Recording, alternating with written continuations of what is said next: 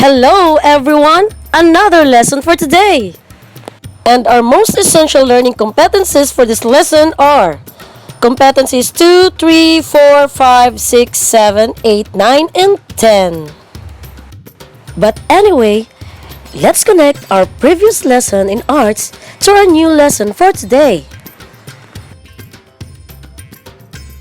1.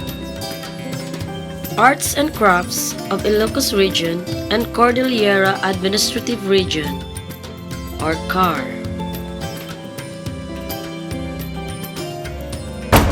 Our competency for this lesson are analyzes elements and principles of arts in the production of one's arts and crafts inspired by the arts of Luzon, Highlands, and lowlands. Number 2 identifies characteristics of arts and crafts in specific areas in Luzon. For example, the paper mache taka from Paite, Ifuga wood sculpture, the bulul, Cordillera jewelry and pottery, tattoo, and Ilocos weaving and pottery. Our competency number 3 reflects on and derive the mood, idea, or message emanating from selected artifacts and art objects.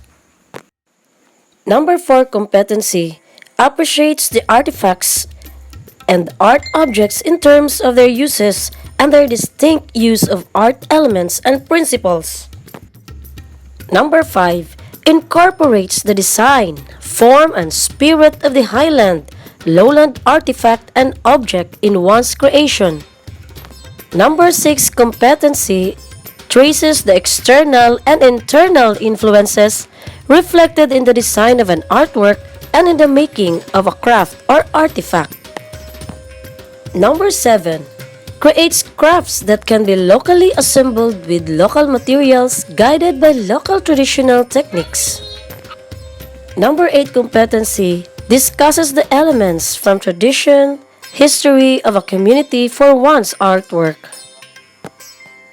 Our number 9 competency shows the relationship of the development of crops in specific areas of the country according to functionality, traditional specialized expertise, and availability of resources. And our last competency shows the relationship of Luzon, Highlands, and lowlands arts and crafts to Philippine culture, traditions, and history, particularly the Islamic influences, Spanish heritage, and American legacies in education, business, modernization, and entertainment, as well as in indigenous practices, fiestas, and religious and social practices.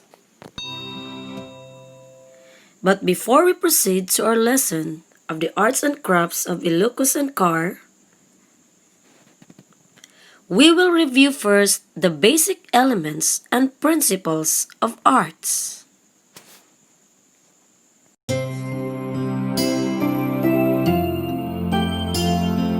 So let's start learning on the elements of arts.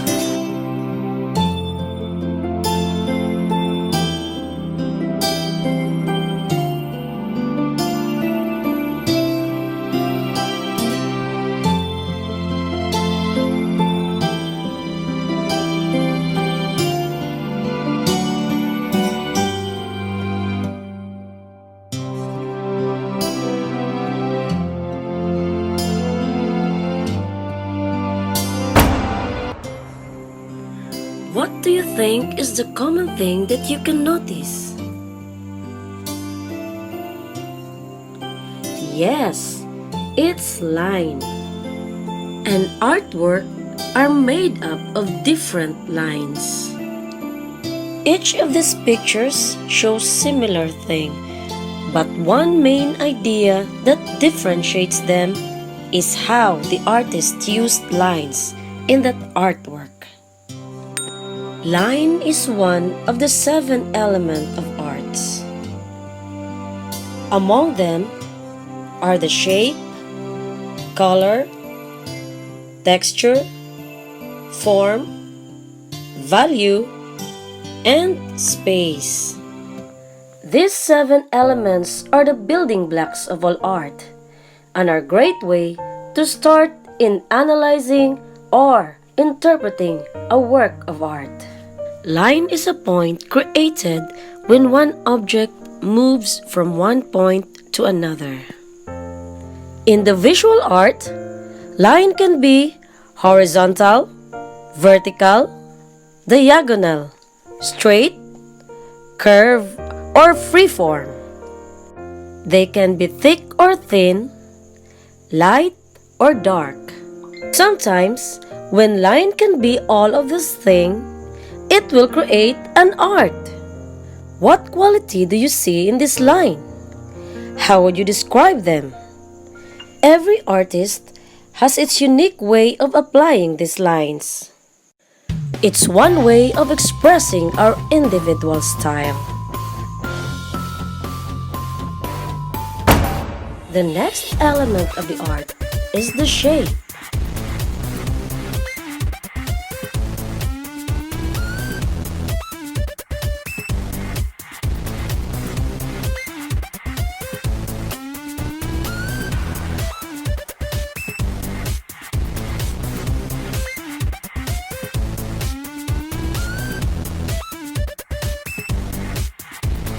When the beginning of a line connects with its own ends or intersect along with another, it creates shape.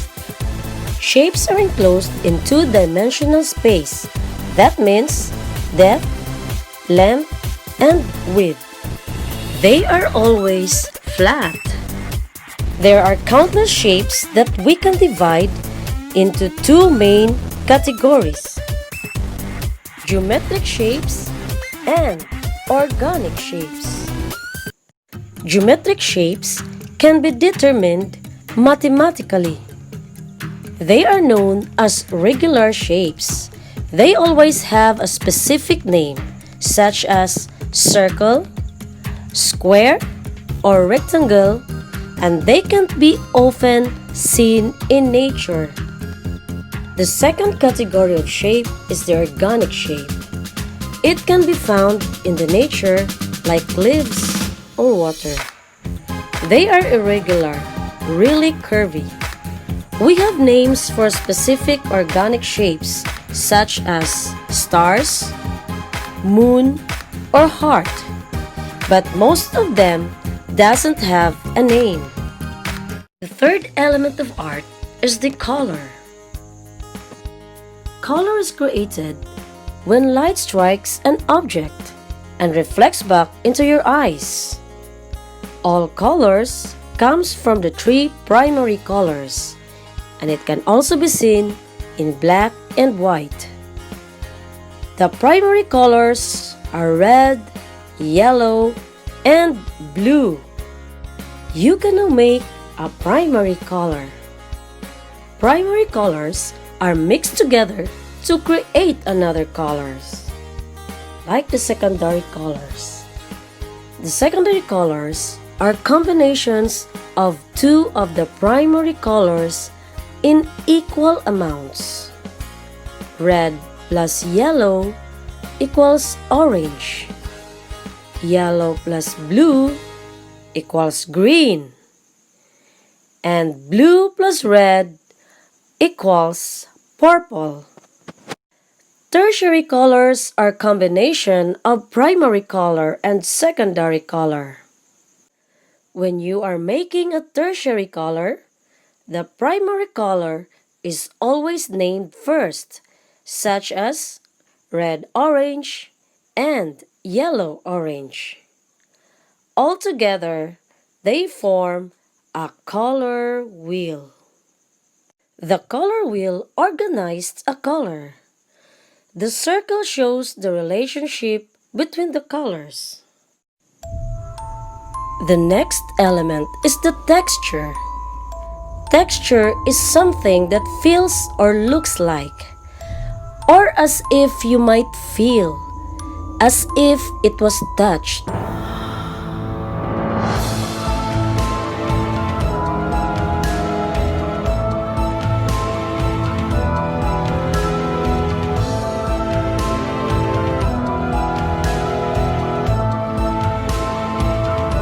The feelings of textures are hard or soft, rough or smooth, matte or glossy.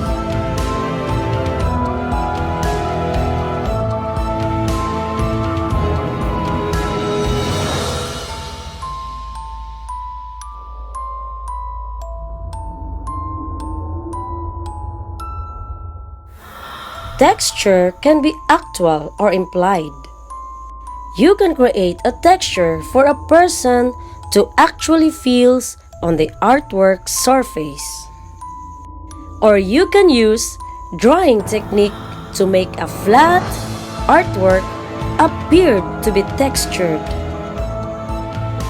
Another element of art is the form. Form must have a height, width, and depth. It's three-dimensional.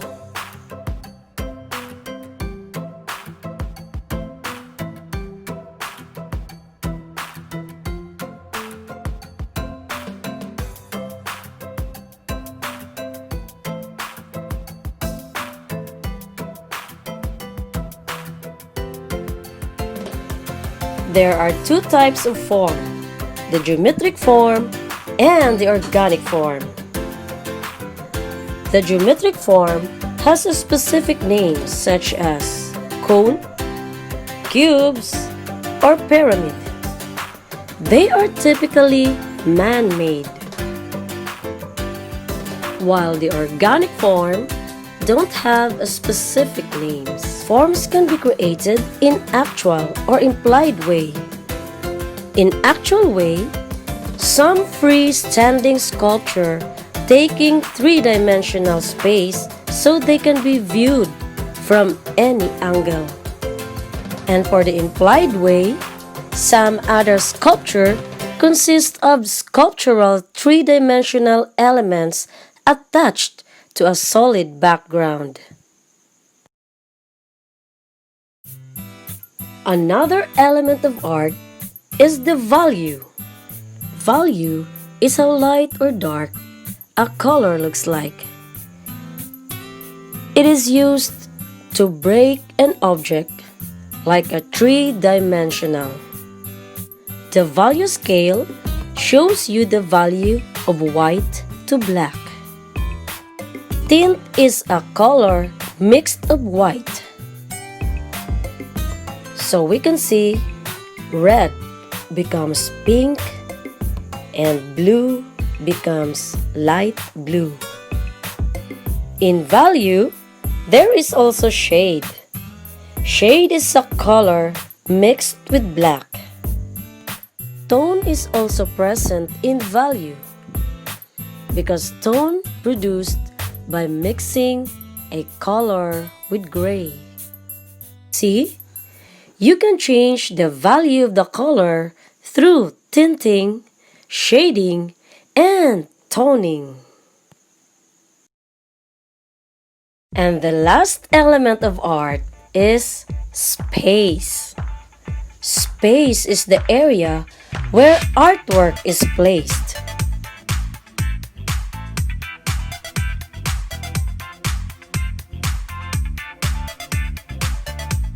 It can be within an artwork like a drawing or a painting, and also contains surrounding area of artwork.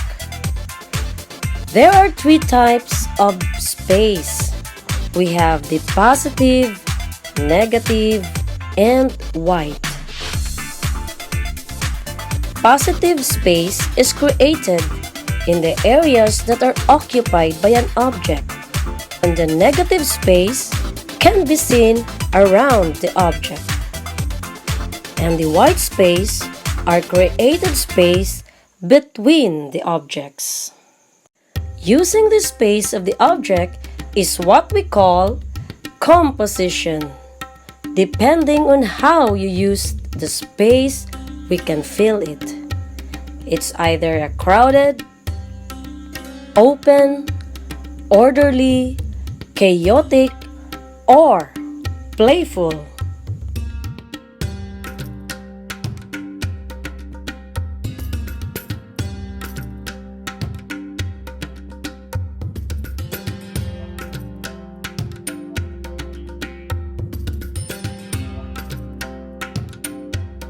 artist uses several techniques to create the illusions of space within the two-dimensional artwork. Relative size, varying use and values,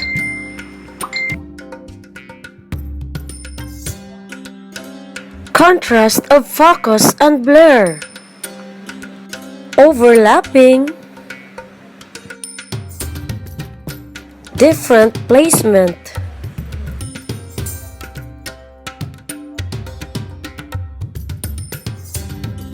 and the use of one or two perspective gives the three-dimensional of space. Perspective is a volume of space or three-dimensional object on a flat surface. On a parallel line, extend from an object and meet together on a horizontal line, that is a vanishing point. A drawing has a one-point perspective when it contains only one vanishing point on a horizontal line. A two-point perspective uses two vanishing points on a horizontal line.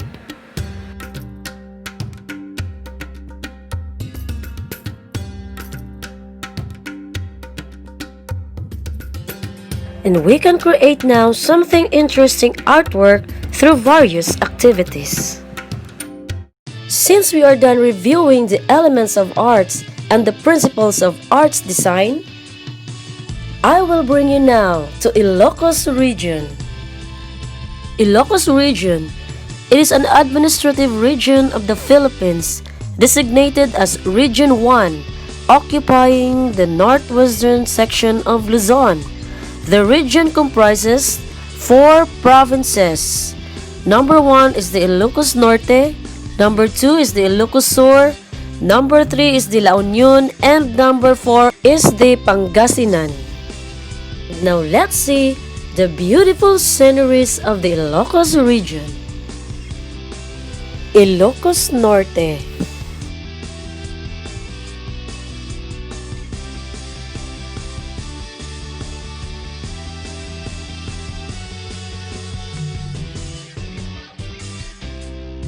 Ilocos Sur, La Union, and Pangasinan. Now, after seeing some of the most beautiful sceneries of the Ilocos region, we will now proceed to the arts and crafts of the Ilocos region. And now, we will see some of the architectural designs from the Ilocos region, their textile, pottery, weaving, foods, and delicacies. Vegan, considered as the Intramuros of the North, retains the Spanish colonial architecture along its narrow and cobblestone streets known as Calle Crisologo.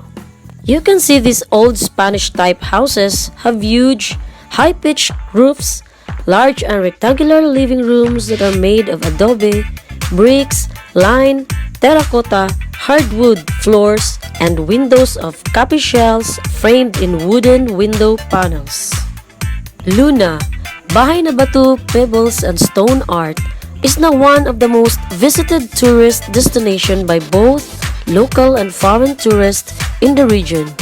It was opened for public only last 2015. The uniqueness of this stone house soon attracted tourists and travelers alike, and the owner of the house, the nobles, allowed visitations after the structure was declared a tourist site by the municipal government under Mayor Victor Marvin Maroon. Let's proceed to the textile of Ilocos. Inabel is a hand-weaving technique of the Ilocanos that is produced using traditional wooden looms. The designs represent different meanings. The Diziyang Binakol weave represents the wave of the sea. They believe that this design protects them from bad spirits. The Inabel designs are inspired by the natural elements patterns that depict different landforms and colors of flowers and vegetations, played zigzags, animal patterns, the ocean waves, or the glittering night sky. And now we have the pottery for the Ilocos. The Bornay is an glazed earthen jar with a small opening. It is used for storage of water and rice grains and as a container for salt, brown sugar, basi or local wine, and the bagoong or the fermented fish. The designs are simple. Sometimes curved patterns can be found around the shoulders of the jar. They also prick the jar with a stick while it is still soft to make the surface more interesting. Now let's proceed to the weaving of Pangasinan. The arts and crafts of Pangasinan include the smoothly woven bulinaw mats made from the buri or raffle leaves and the bamboo crafts like baskets furniture of San Carlos. Go, go, go now! And let's taste the foods and delicacies from the Ilocos region.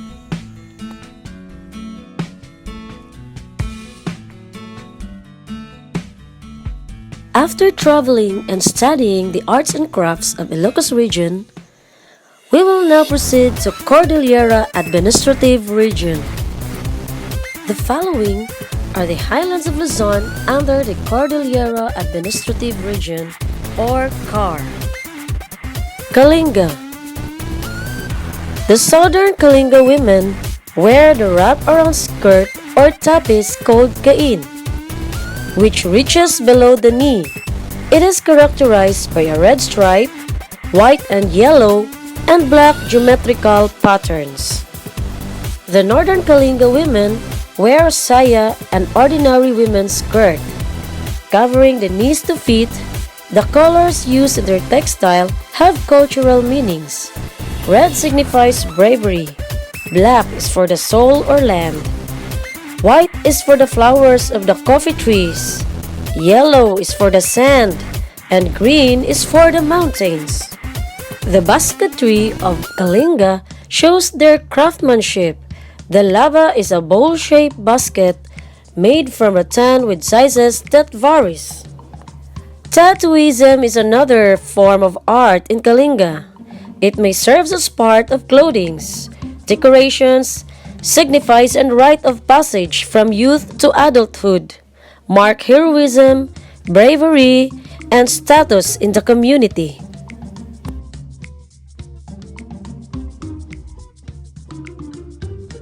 Apo Wangod, born on February 17, 1917, also known as Maria Ugay, is a Filipino artist from Buscalante, Tinglayan, Kalinga, Philippines.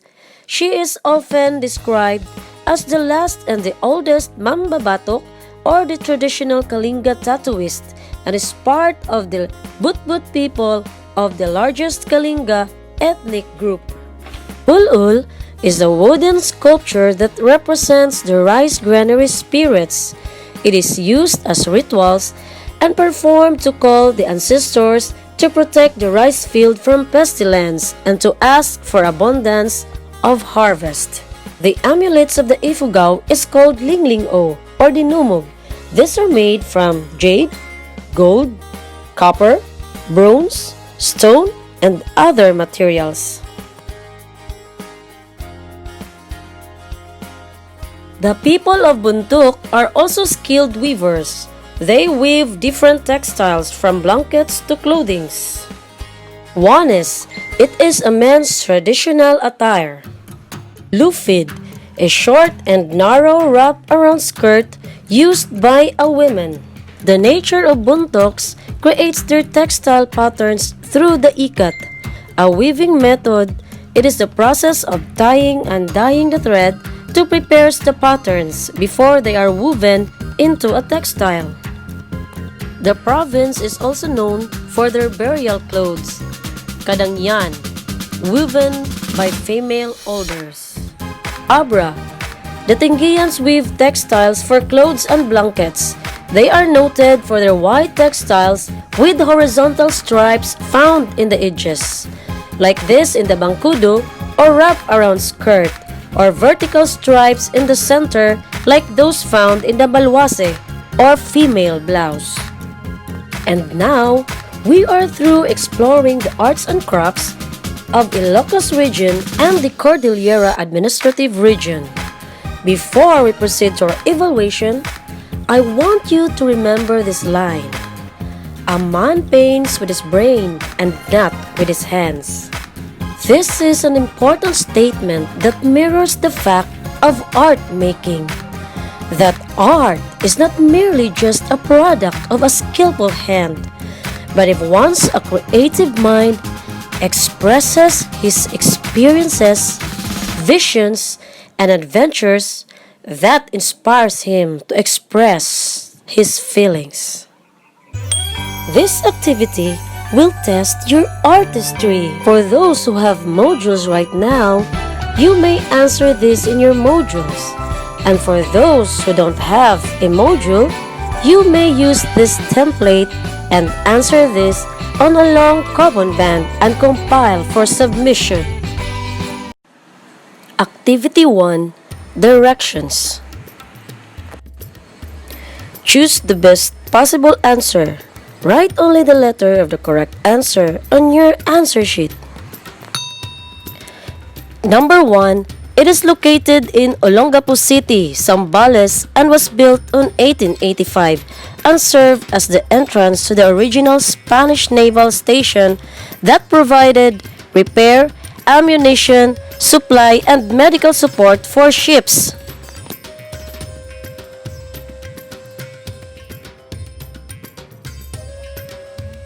A. Calle Crisologo. B. Spanish Gate. C. Tamawini Church. And D. Abukay Church. Number 2. Considered as the wood carving capital of the Philippines, located at Laguna, which is popular for the carvings of saints and other religious images, decorative carvings of floral patterns, and geometric designs. A. Masinloc. B. Nueva Ecija. C. Paete. Or D. Abukay. Number 3. A wooden sculpture that represents the rice granary spirits and is used in rituals that are performed to call the ancestors to protect their rice fields from pestilence and to ask for an abundant harvest. A. Gigantes. B. Bulul. C. Giant lantern. Or D. Calle Crisologo. Number 5. They are puppets rendered as man or woman in various costumes, and their faces give a commanding look with their hands on their waist. A. Gigantes. B. Bulul. C. Giant lantern. Or D. Calle Crisologo.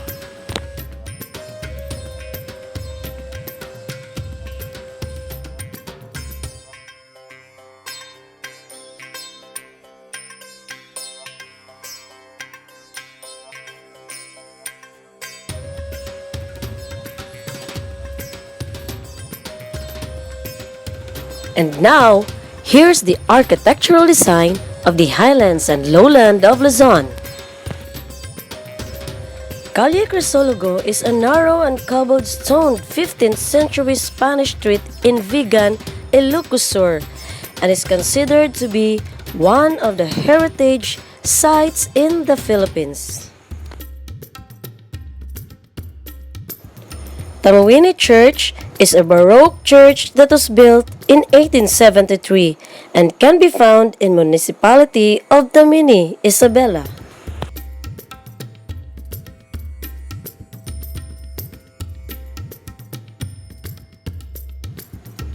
Spanish Gate, located in Olongapo City, Zambales, was built in 1885 and served as the entrance to the original Spanish naval station that provides repair, ammunition, supply, and medical support for ships. The San Andres Apostol Parish Church, popularly known as Masinloc Church, is a 19th century Baroque church located at Barangay South Poblacion, Masinloc, Zambales.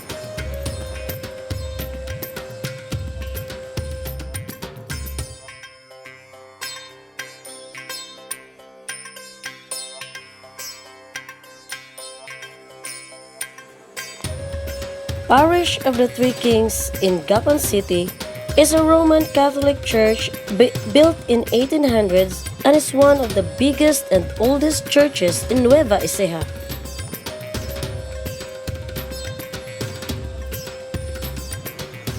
The Saint Dominic de Guzman Parish Church, also known as Abukay Church, is a 17th century Baroque church located at Barangay Laon, Abukay, Bataan, Philippines.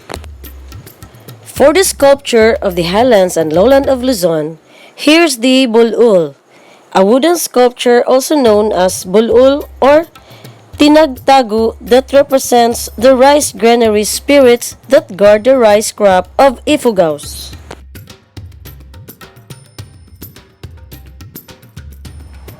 Paete wood carving. Paete in Laguna is considered as the wood carving capital of the Philippines. Paete is popular for the carving culture of saints and other religious images, decorative carvings of floral patterns and geometric designs.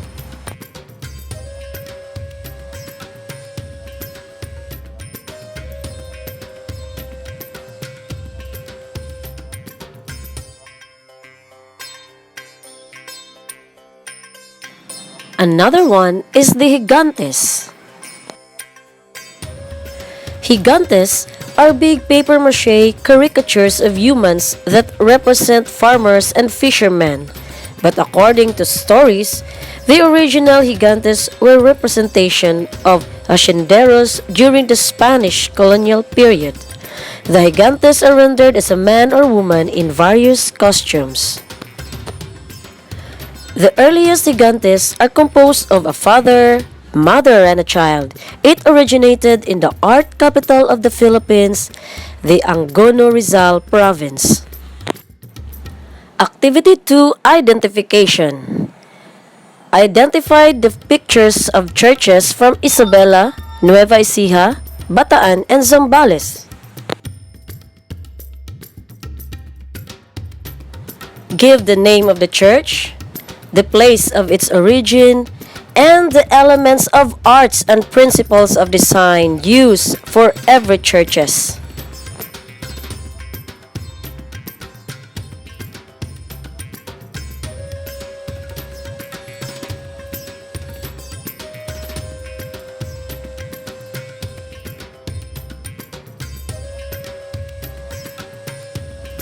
Activity 3 for Competency 2 identifies characteristics of arts and crafts in specific areas in Luzon.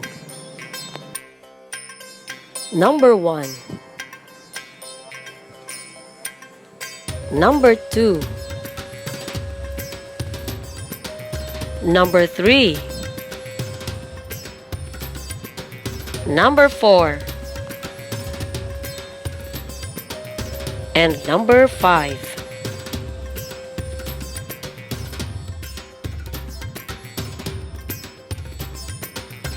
For Activity 4 of Competency 3, reflects on and derive the mood, idea, or message emanating from the selected artifacts and arts objects.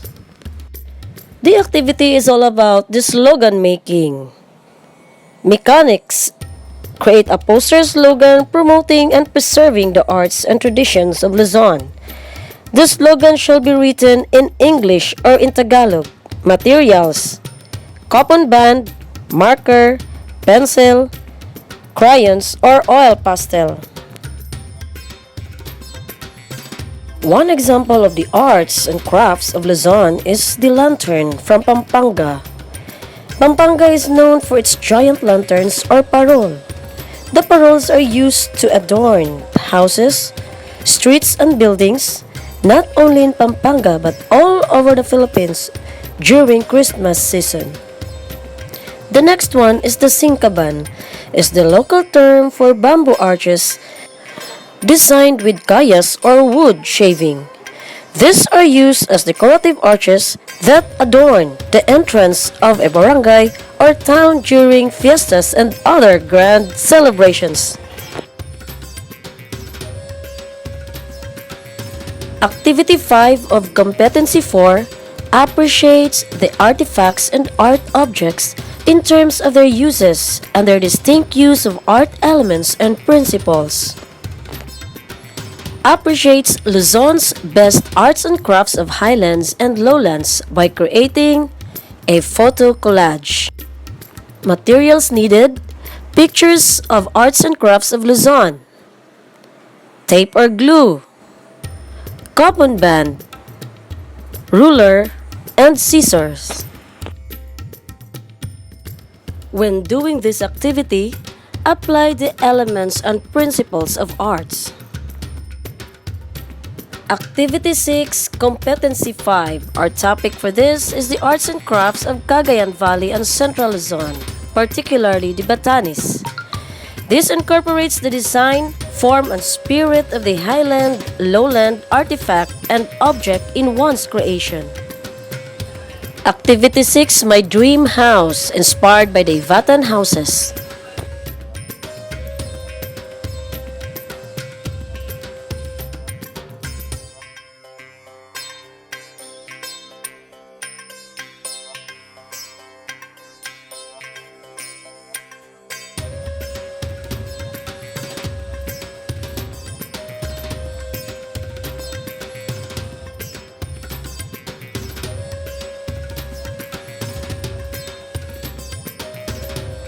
Activity 7 of Competency 6 traces the external, foreign, and internal or indigenous influences reflected in the design of an artwork and in the making of a craft or artifact.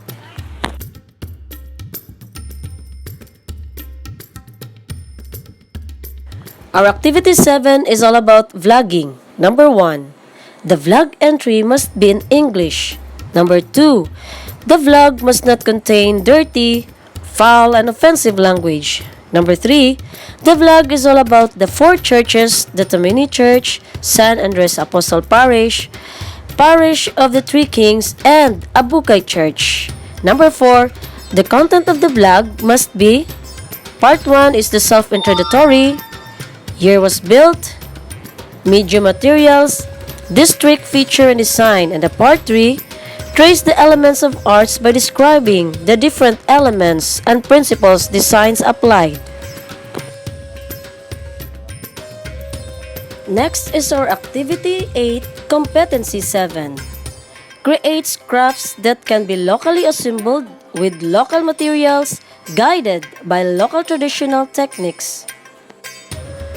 Our Activity 8 is all about pot making. Make your own pot or jar using a clay or any available material you can use in pottery making. Video this activity for submission. Our Activity 9 of Competency 6 discusses the elements from traditions history of a community for one's artwork.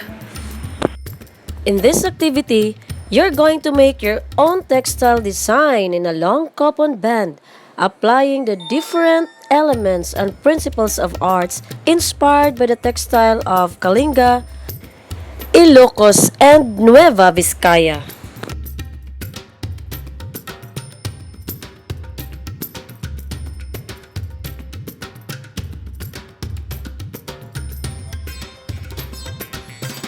Our Activity 10 of Competency 9 shows the relationship of the development of crafts in specific areas of the country according to its functionality, traditional specialized expertise, and availability of resources like the pottery, weaving, jewelry, and baskets. Our Activity 10 is all about the tattoo making. You can make use of a pentel pen in doing your own tattoo design. Procedure: look for a family member as a model for this activity. Draw your chosen design on his or her left and right arm. Leave the hands and fingers blank. After finishing your design, take a picture of your model with his or her new tattoo. And for our last activity for this lesson, Activity 11, Competency 10 shows the relationship of Luzon, Highlands and lowlands, arts and crafts of Philippine culture, traditions, and history, Islamic influences, Spanish heritage, and American legacies in education, business, modernization, and entertainment, as well as the indigenous practices, fiestas, and religious and social practices. For your activity 11, make your own parole design, applying the elements and principles of designs. Take a picture while you are doing your parole, and of course you have to take picture of your final output and put it in a long coupon band. And now, congratulations everyone, because we are now done with all our activities and lessons in our arts for quarter 1. See you on our second quarter lesson in arts. Bye-bye class!